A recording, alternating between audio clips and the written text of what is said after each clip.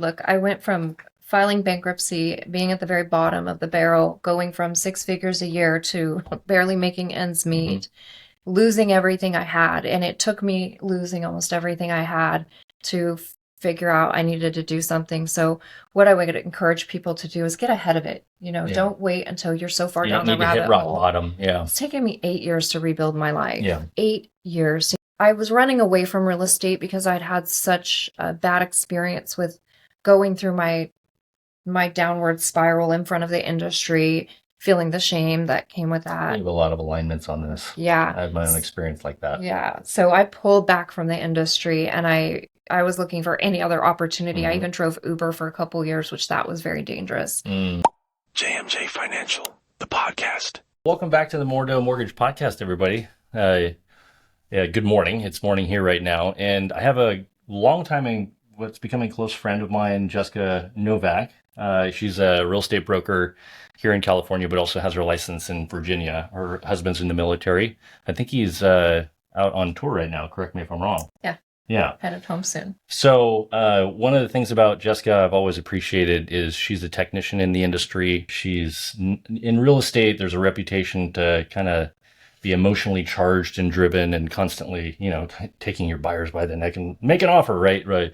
Very transactional. She's always focused on relationship. She adds a certain calm energy to the transactions she's a part of. And I always appreciate that because I'm a loan officer and I'm a lender.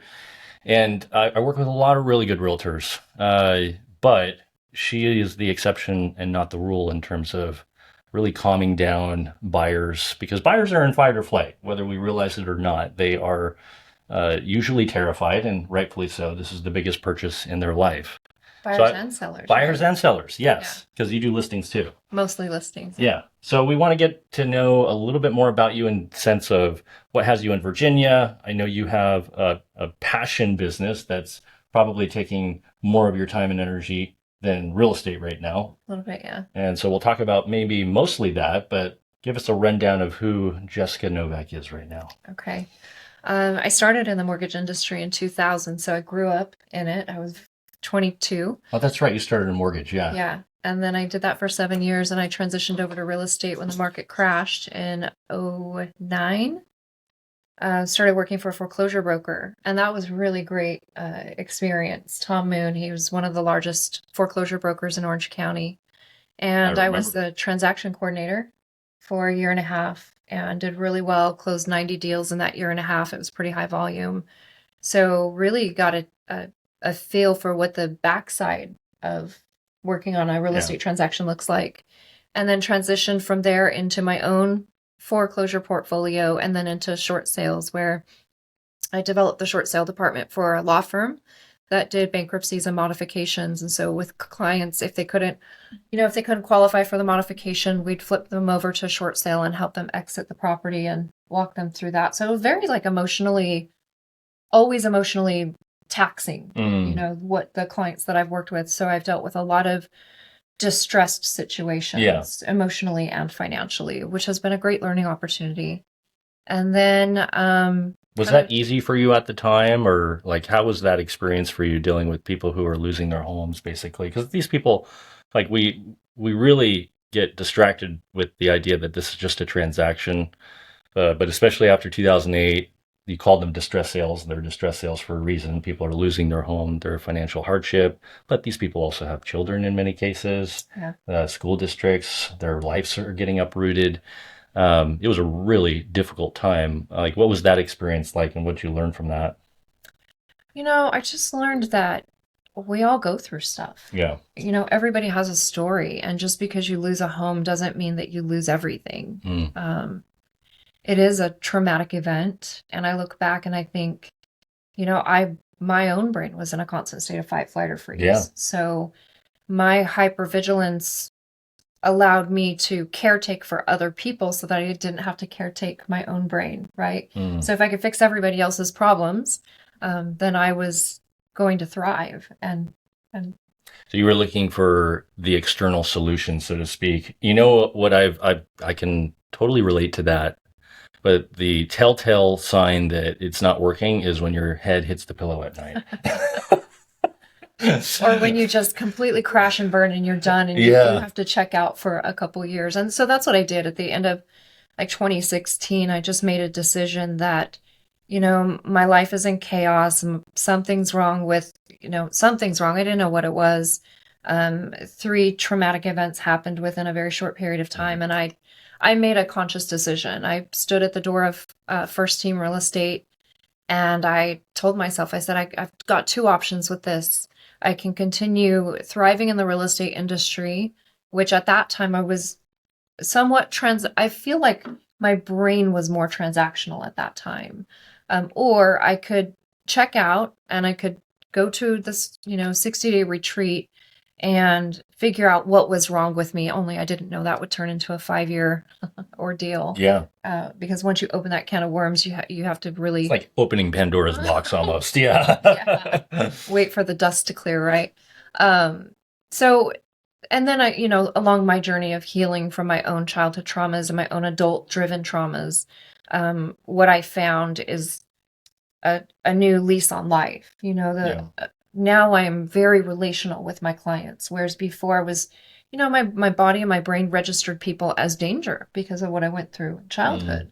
So I'd register, clients as being dangerous, or I would feel like I was bugging my clients or I was an inconvenience to them if I followed up too much.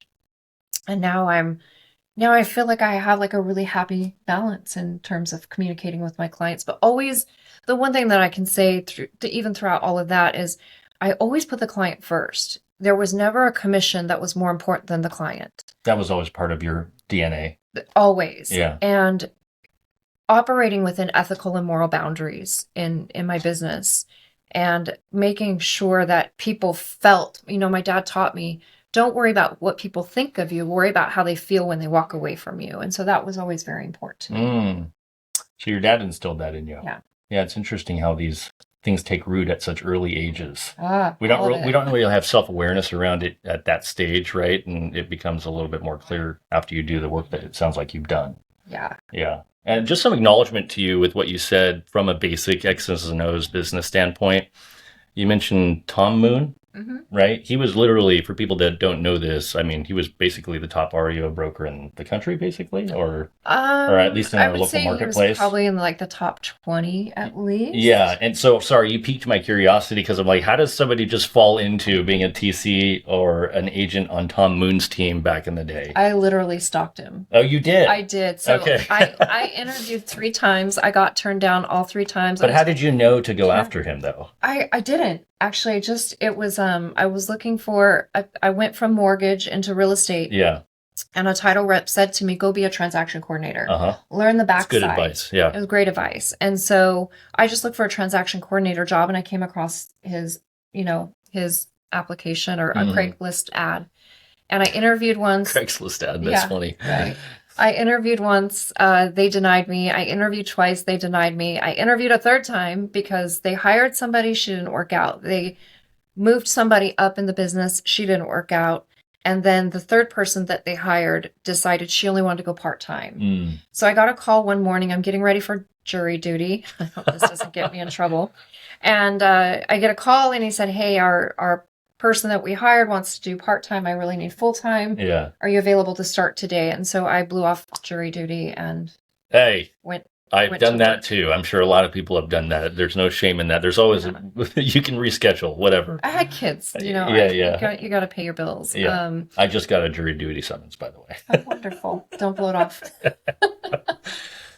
Yeah, it's interesting though. Like I want to get into and spend most of our time on, your personal development and sort of your awakening, it sounds like. But like just for the young salesperson listening to this, I made my career finding a mentor. And that was right after I started with him, March of 2008, right in the midst of the storm.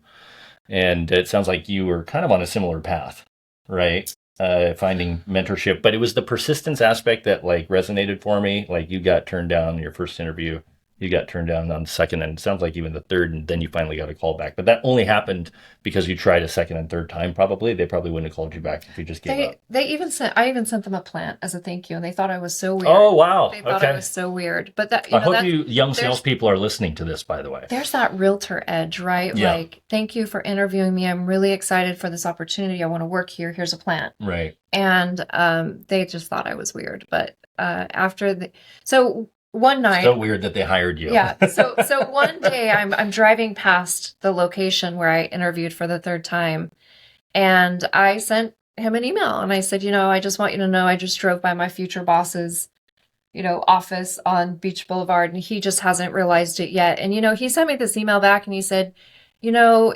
drive a Mercedes and you've got blonde hair and you have this big ring and all these things. And so he made this assumption that I wouldn't work hard. And so I emailed him back and I said, before I entered into my current relationship, my hair color came out of a grocery store box and we lived on Cheerios and SpaghettiOs. And I think that was endearing to him. So that was probably what pushed him over the edge when it was like, okay, let's just hire her because I'm tired of interviewing people. Yeah. And it took about 4 months before I got the job. But once I got the job, it was such a great opportunity. That's life-changing. Didn't know what ARIA was, had no clue. And then I was going to conferences and I was meeting asset managers. And so I was learning the business must have been so good. Side. Yeah. And there's a dark side to that too. Of course. And what I would caution young people about when you go to these conferences is don't stay past 7:00. Create masterminds, use your evenings to do mastermind groups, really grow your business, grow your personal self in that environment. Like, don't go out and, don't go to do the drinking and the partying because it's just a waste of brain health. It's a waste of time. And I'll tell you, you develop a reputation. Yeah. And the drinkers, they get talked about, so be cautious about your reputation and be intentional with your reputation in the industry. So if you had to do it over again, is that the advice you would have given? Like boundaries and avoid the mind-altering substances, the parties, the stuff that damages your reputation and also damages yourself. I live by it now. If a networking group is from 5 to 8, I'm going to show up at 5, stay till maybe 6:37. Yeah. That's where all the business gets done. Right. And then after that, it's this, some socializing. And then after that, it's anything but socializing in business, right? Yeah. It's, there are a lot of predators in these environments. And so especially as a young girl, thankfully I was in a relationship, so I didn't fall prey to any of that, but there are a lot of predators in these networking events. And I think that's the one dark side of every industry that doesn't really get talked about. Yeah. It's an important reminder for young salespeople, female salespeople. This industry has a low barrier to entry. It's always been my biggest gripe. I wish they would make it way more difficult to get a real estate license, to get an MLS. I hope so. They are now. I hope so, right? Because, I think the barrier to entry being so low and the fact that it can be lucrative, like the only problem with our industry sometimes is the biggest narcissist wins. Like the biggest personality, the biggest manipulator can win. And that's not always the case. I want to be very clear. There's a lot of good human beings in our industry, top producers with integrity and character. And that's true too. But the yin and yang of life, there's no light without dark. So we got to be paying attention to that. And it sounds like, again, I know with the young people, it's really, this is going to fall flat when you're hearing this as salespeople, but like the partying, the alcohol, which of course is a gateway to every other thing, drugs, it can be fun in the moment, but you have no idea how lasting the negative impacts are going to be if you fall into that hole. I'm saying this as somebody who did fall into that hole, by the way. I'm 2 years sober now and I'm just barely getting out of it. And, a lot of learning. And I think hopefully the messaging from salespeople like us is don't do it. just be professional. Yeah. You're at work, it's your reputation. And it's unfortunate because the bad reputation follows you so much longer than the good. And that's not just the reputation, but there's the shame and I'm a bad person or I did a bad thing. And so you have to carry the shame and guilt with you. And so if you fall from grace and you go down that dark path, which I did at one point, me too, then it's really hard to come out of it. And it's really hard to show up at networking events knowing that people are talking about you, that you've given them something to talk about. Right. And then and then the cleanup happens, right? And then when you're on the other side of it, I can look back and go, just be careful who you surround yourself with. Pay attention to your body, and I think the other thing too is letting God in my life. Yeah. Right. Because if you look at the Bible, like Jesus spoke in parables, and because he was speaking to people that could hear his language, and that's how he attracted his crowd. So similar in business, if we speak the right language, we're going to attract the right element of people to our circle. Yeah. So if we're drinking and we're talking about inappropriate things, which is a brain health issue, then that's going to attract the wrong crowd. But if you're professional and you're articulate and you're educated and you take the time to really develop your professionalism, you're going to elevate to a higher element of people.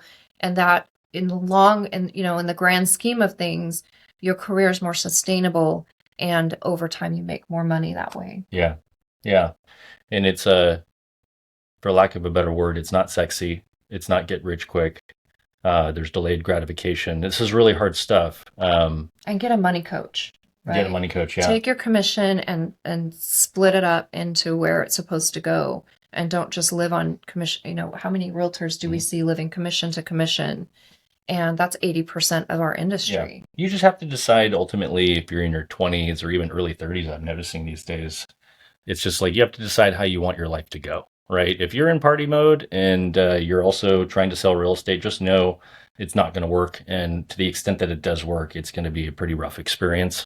And let's talk about, you mentioned, what did you say, the language you used about negative energy and brain health? Let's use that as the segue. Let's talk a little bit about the new work that you do, which I think is so important for the real estate community. We talk about trauma. We talk about, the fight or flight response in real estate. Again, most people I don't think realize it, whether it's the realtor. And I'm talking about some veteran pros where I get the frantic call over the littlest issue where I'm like, really? This is making a mountain out of a molehill. Send them over to me. Yeah. I'll fix that for you. Yeah, it's like, so you're really experiencing people at all spectrums of their career and production levels and experience, still falling into the trap of the stimulus versus the response, and then falling into the programming that you've always had your entire life, that is fear, terror, emotional reaction, adding fuel to the fire. Like, it's not fun. It's not good for the client. It's not good for your well-being. So let's use that as the segue. What work are you doing right now to help combat that or heal that, to use a better word? Yeah. About 5 years ago, I found neurofeedback, and that was what really transcended my life. It reorganized my brainwave activity so that my brain was communicating in a much healthier way. So we have this like horseshoe area in our brain. It's called our limbic system. That's our fight, flight, or freeze response. And when we're growing up, any type of trauma can disrupt the development of the brain and cause us to have these survival mechanisms versus thriving. And I recently read a study that over 75% of Americans struggle with developmental trauma. So something happened in childhood. That's me. Yeah, right. Perfectionist parents, bullies on the playground, aggressive parents, authoritarian parents. So it's very damaging to kids. And we don't realize as parents that we're even doing that in the moment. They don't know any better. Yeah. So the limbic system, records all this information from our whole life. And then it tells us, anytime we experience something uncomfortable or painful, the limbic system records that information and then looks for that in the environment. It's hypervigilant. And, it's okay to have, cortisol in our system because it's a great energy neurotransmitter. It is a tool. Yeah. It's a tool. However, if you're constantly getting hit with cortisol, your body becomes allergic to it. Yeah, it's called too much of a good thing. Too much of a good thing. And so as your body becomes allergic to it, the cortisol becomes a depressant. So then we become hyper aroused, hyper vigilant, and we're always looking for danger.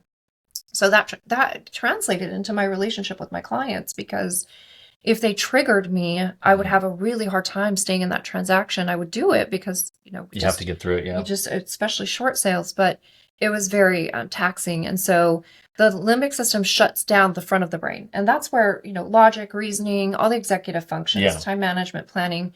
And so if your logic and your reasoning is offline and your limbic system is hijacking you, you're almost in this autopilot where you're responding in a way that you don't even realize you're responding. So when I'm in a crowd today and I see a woman dressed provocatively, I know there's probably some type of sexual trauma in her childhood. And women don't understand how dangerous that provocative appeal can be for them until you do the work on your brain and you realize, like, oh, I don't have good boundaries. Or back in the day when I drank all the time, I never thought twice about drinking. I just assumed everybody drank, everybody partied. And then I stopped drinking. Now it's rare occasions. And I really notice the people that drink every day, or the people that drink pretty consistently, or the people that get drunk at every event. And, they talk about them, right? Everybody talks about these people that are getting drunk and out of control. And it's really sad because we shouldn't be gossiping about that. We should be trying to help these people. We should be talking to them about, Right. hey, you doing okay? Do you need to, have you thought about some resources? Yeah. There's ways to have these conversations with people and be more of a support system, but at the same time, understanding that people need to be able to help themselves. So They have to be willing and ready to, yeah. Yeah. So I can have a conversation and plant a seed. And if I see you take direction with that, I'll stay in it with you. But if I plant the seed because I know that you're worth planting the seed for, and then you're not ready, I just back away. Yeah. And it's arm's length, and I love you, and I will, be there for you when you're ready. Yeah. But it's when you're ready. Yeah. I'm not pushing you to. I went through my savior complex, by the way, too. I don't know if you experienced that at all, where I was like determined. I had some, personal development insights and awakenings, and I was in no position to be coaching anyone anyway, still, because I was still healing and growing up. But like there was a period of my life where I was doing that, right? I was not just planting the seed. I was insisting that they needed to wake up and figure this out and try to fix them, right? And everyone's in their own spot and journey in their lives, and planting seeds is all we can do, right? That was a parable, wasn't it? Yeah. Yeah. It was. Definitely. The mustard seed? Was that? Something like that. I don't remember. Okay. Yeah, I know. I mean, so 4 years ago, I opened a clinic. It's called the Brain Care Clinic. It's a neurofeedback facility. And so we train the brain for better executive functions, increased processing speed, difficulty with relationships, so better boundaries, better response system to people, not feeling so over aroused by other people, attention and planning. And then we have a protocol, or like a training protocol, that was given to us by an industry expert who recognized that in brains that experience developmental trauma, there's certain neural pathways that get disconnected or disrupted. And so she developed this protocol that puts those neural pathways back together. So in my late 30s, I was acting like a 25-year-old because my last relationship, I met him when I was 24. And when we broke up, I reverted back to that stage because that relationship was so toxic that it stunted my growth. It was super controlling. And I think I needed that at the time too. Actually, he really did keep me on track. And there were a lot of good things that came from that. But when we broke up, it was like I had to go back and relive those 20s that he disrupted me from. So, the advice I give to my daughters is, really get to know yourself, work through your traumas, and do all of that before you start dating. Because we bring all that stuff into our relationships with us. Yeah. People put the cart before the horse, but that's because most people are looking outside to try to fill what's going on inside, right? That could be a relationship. That could be, like we said, alcohol. Alcohol, all that is self-medicating. For the person that has these traumatic issues and their brain's not firing in the right way, they're looking for things to make them feel better. Certainly a partner, a sex partner, alcohol, parties, socializing, these are all things that, temporarily at least do the trick, but it's not sustainable. And there's a lot of crashing and burning that happens if you don't eventually learn that. Anyway, good feedback. Yeah, 4 dumpsters later, I realized that shopping was not good medication. All that money I spent. Yeah, it's all self-medicating at the end of the day. Yeah. It could be food, it could be shopping, it could be sex, it could be coffee, it could be whatever, right? Well, so what's happening is we have this area in our brain called Brodmann Area 13, and there's 48 little clusters of cells. It's called cytoarchitecture, and Brodmann is a German scientist who discovered this. And so he took all of these different areas of the brain and began studying them and realized that they each have their own function. So Brodmann Area 13 deals with addiction. So what happens is when we self-medicate, it soothes that area 13 in our brain and Yeah. it calms it down temporarily. And when we drink alcohol, it increases our alpha theta brainwave production, which are the brainwaves that allow us to be calm and more internally focused, and then downshift into a disconnected state where we're disconnecting from the environment. And so what happens with an addictive brain or an alcoholic brain is that we are constantly over-aroused, constantly overstimulated. And then when you fix that overstimulation, the brain learns how to create its own alpha theta brain waves. And so there's a Peniston study that was done where they took 20 alcoholics and 10 of them did traditional alcohol treatment, and the other 10 did neurofeedback, and after a 10-year follow-up study, the 10 who did the traditional treatment, they had all gone back out and drink. But the 9 of the 10 who did neurofeedback never went back out and drink in that 10 years. Yeah. And to be fair, you have to want that for your life. Yeah. You can't grab your, alcoholic partner and say, hey, we're going to go do neurofeedback and I'm going to fix you. You have to be ready. You have to really want it for yourself. And I did. I wanted a different life. I surrendered to God and I was like, I will do whatever it takes because this life isn't working for me. I'm running on my own free will. Yeah. I'm not getting I'm going further down the rabbit hole and I'm watching my daughters watch me. And I just said, kids really change the dynamic. It makes it way more high stakes. Where would they, it's such a cool tool that we're talking about, you guys. Where would they find your location if they wanted it? Because they can show up and do what I did. I just recently did a demo experience with you, and I'm kind of right on the verge of diving in. But where would they find your office? We're off of Jamboree in Newport Beach, Jamboree in 73. Yeah. Really it's like literally the epicenter, right, in Orange County of business and franticness. And, if you're feeling like you're white knuckling your life, right, you're waking up in the morning and you're not feeling like you have energy and there's a bit of a depression going on, your baseline anxiety levels are high. Those are cues, right? Success leaves cues, but so does the opposite. So be paying attention to that. And look, your body is really resilient. It can go to its grave decades down the line living that way if you really can't get out of it. But you do have a choice, right? But what I'll tell you is whether it's like in business where you have to have a Herculean effort towards moving the needle in prospecting and relationship development, that doesn't happen on its own, right? You heard her story in the beginning with Tom Moon. That didn't happen on its own. She was really intentional in making that happen. What else? It's the personal development side. I see a lot of people, dealing with this concept. What did Einstein say? Doing the same thing over and over again and expecting a different result. And if you're kind of in that trap, right? Like I said, the white knuckling feeling throughout the day, or your schedule is running your life. You're not running your schedule, right? There's a better way, but you have to do the work. And I think that what this technology is really incredibly advanced, right? It's like taking EMDR therapy and putting it on steroids, so to speak. Is that fair to say? Yeah. So, and there's TMS, like transcranial magnetic stimulation is a very aggressive approach to treating things like depression and anxiety. I've had clients come to me that have had adverse reactions to that. And there can be adverse reactions to neurofeedback, especially for people that have had mold exposure, which I just recently learned.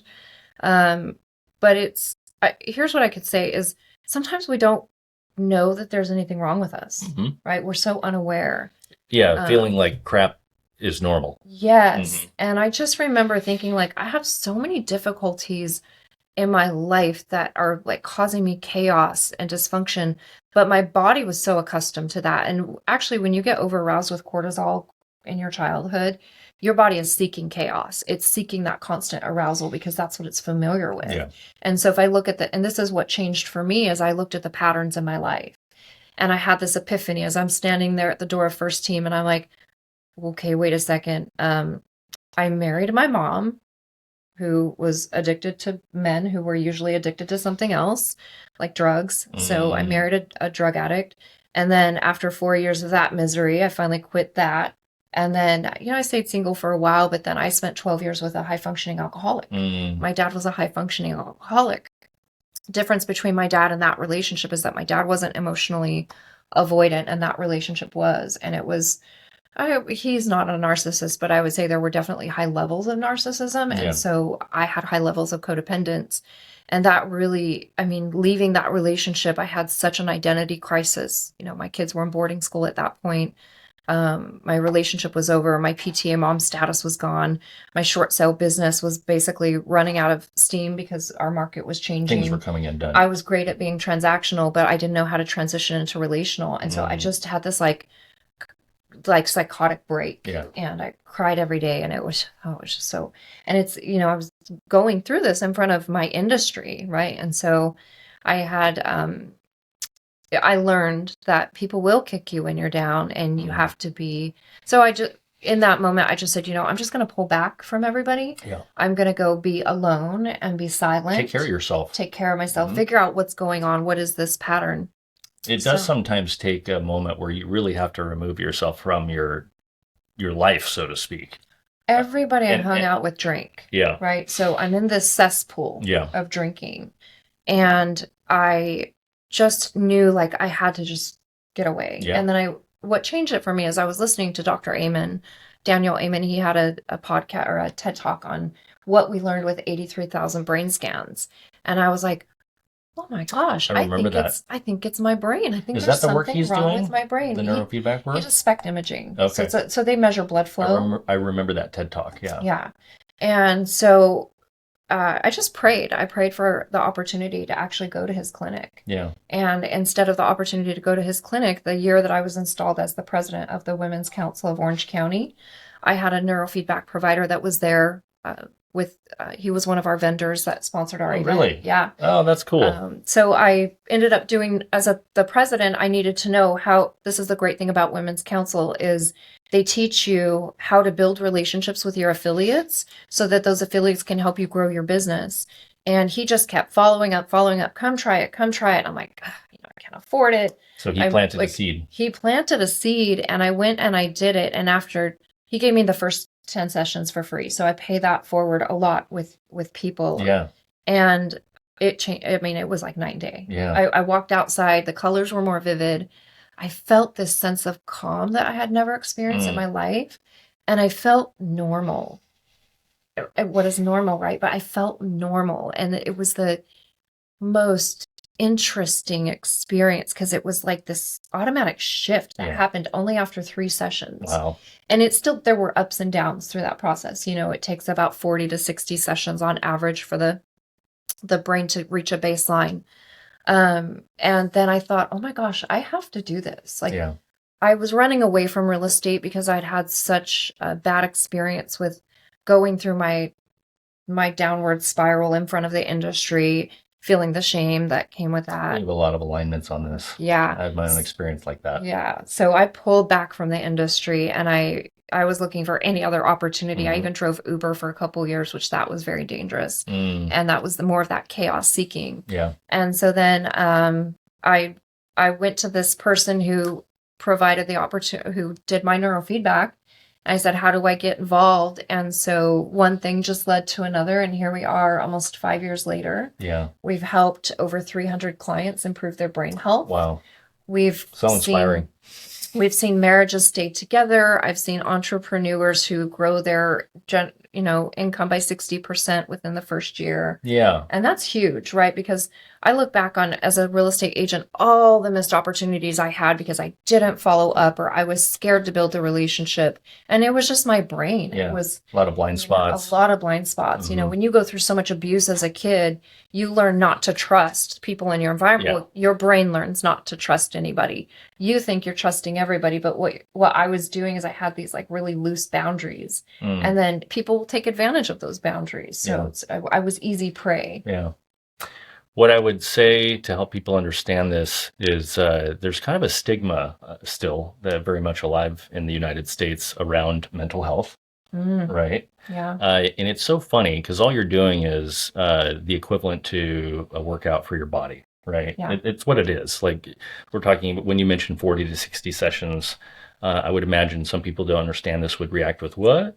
Well, like when you're at the gym and trying to accomplish something with your physique, Yeah. you've done training like that before. You've been in competitions, if I remember correctly. Yeah. It literally takes hundreds Discipline. of discipline and showing up every day and making it happen. And your body doesn't just change on its own. It changes because you were really intentional and disciplined, consistent, doing the right activities.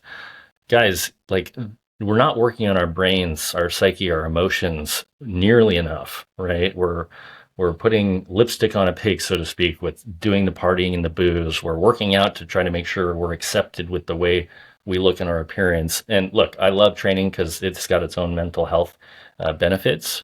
But it's like, why are we training, for example? Is it because we want to be accepted, or is it because it makes our mental health game a little bit better?